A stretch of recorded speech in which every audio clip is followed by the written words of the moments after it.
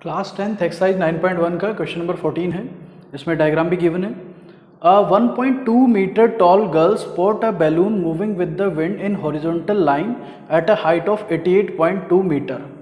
तो ये 1.2 मीटर की एक गर्ल है, वो एक बैलून को जो है देख रही है जिसकी हाइट है ये 88.2 मीटर। ठीक है, दोनों की 88.2 मीटर है। वो इस वाले को देख रही है पहले, और फ्रॉम द ग्राउंड से the angle of elevation of the balloon from the eye of the girl at an instant is 60 degree. तो उस टाइम पे इसकी आईज से इस बैलून का जो एंगल बन रहा है वो ये बन रहा है 60 डिग्री।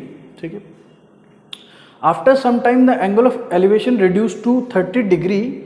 ठीक है, तो ये जो बैलून है ये इन्होंने पहले कहा कि moving with the wind horizontal line, तो ये बैलून ऐसे हॉरिजॉन्टल लाइन में उधर मूव कर रहा है। ठीक है, पैरेलल टू द ग्राउंड, और यहाँ पर ये चला जाता है तब इसका एंगल ऑफ एलिवेशन इस वाले का 30 डिग्री हो जाता है। ठीक है, तो now find the distance travelled by the balloon.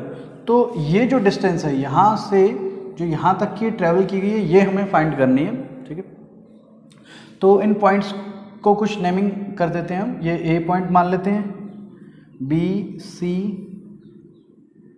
ये डी ई एफ जी और एच। तो ना ये जो बी सी है ये 1.2 है, ये डी भी 1.2 है और जी एफ भी 1.2 है। तो ये अगर टोटल 88.2 है उसमें से 1.2 माइनस कर दें तो ये जो एच जी है, एच से जी तक की जो लेंथ होगी वो हो जाएगी हमारी 87 मीटर। यहाँ पे हमने क्या किया, 88.2 में से सिर्फ ये 1.2 माइनस कर दिया, तो ये हो गया 87। ठीक है, नाउ अगर ये एच जी 87 है तो ये ए डी और एच जी दोनों हमने जो है 87 मीटर फाइंड कर लिए हैं। नाउ सबसे पहले इस ट्रायंगल का यूज़ करके और इस परपेंडिकुलर का यूज़ करके, एंगल का यूज़ करके हम ये बेस फाइंड कर लेते हैं बी डी, और इस बड़ी ट्रायंगल में इस 87 का और इस एंगल का यूज़ करके ये पूरी साइड बी जी फाइंड कर लेते हैं। फिर इसमें से बी डी माइनस कर देंगे तो डी जी आ जाएगा, वही ये डिस्टेंस है। ठीक है, तो नाउ सबसे पहले in triangle A B D करते हैं। In triangle A B D,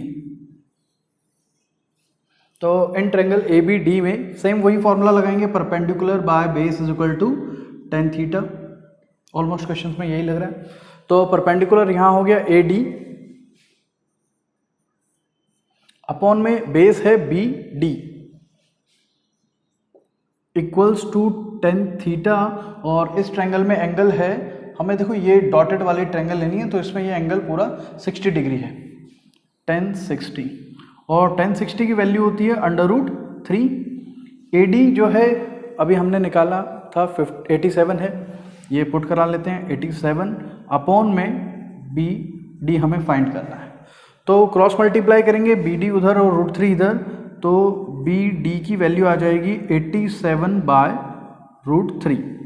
अब जो है हम इसे रेशनलाइज करा लेते हैं। तो ये √3 से मल्टीप्लाई करेंगे, √3 से डिवाइड करेंगे, तो √3 इंटू √3 आ जाएगा 3 और 3, ये हो गया आपका 29/√3। ठीक है, तो बी डी की वैल्यू आ गई हमारी 29/√3 मीटर। अब जो है हमें पूरा बी जी फाइंड करना है ताकि उसमें से ये बी डी माइनस करके डी जी जो है आंसर हम निकाल सकें। तो नाउ इन ट्रायंगल, अब के बाद ट्रायंगल ले लेते हैं बड़ी वाली एच जी और B. In triangle H G B, इसमें जो परपेंडिकुलर है वो है H G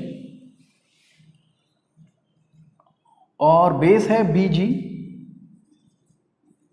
equal to tan theta, और थीटा देखिए इस वाली ट्रायंगल में ये छोटे वाला एंगल है 30 डिग्री। ठीक है, तो tan 30 डिग्री, tan 30 की वैल्यू होती है 1/√3।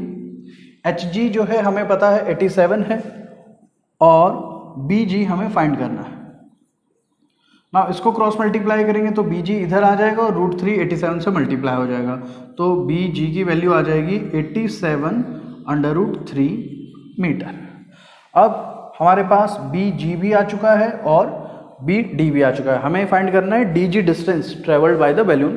तो डी जी होगा बी जी माइनस बी डी, बी जी माइनस बी डी। बी जी ये पूरी डिस्टेंस है, बी डी ये है, माइनस कर देते हैं, डी जी आ जाएगा।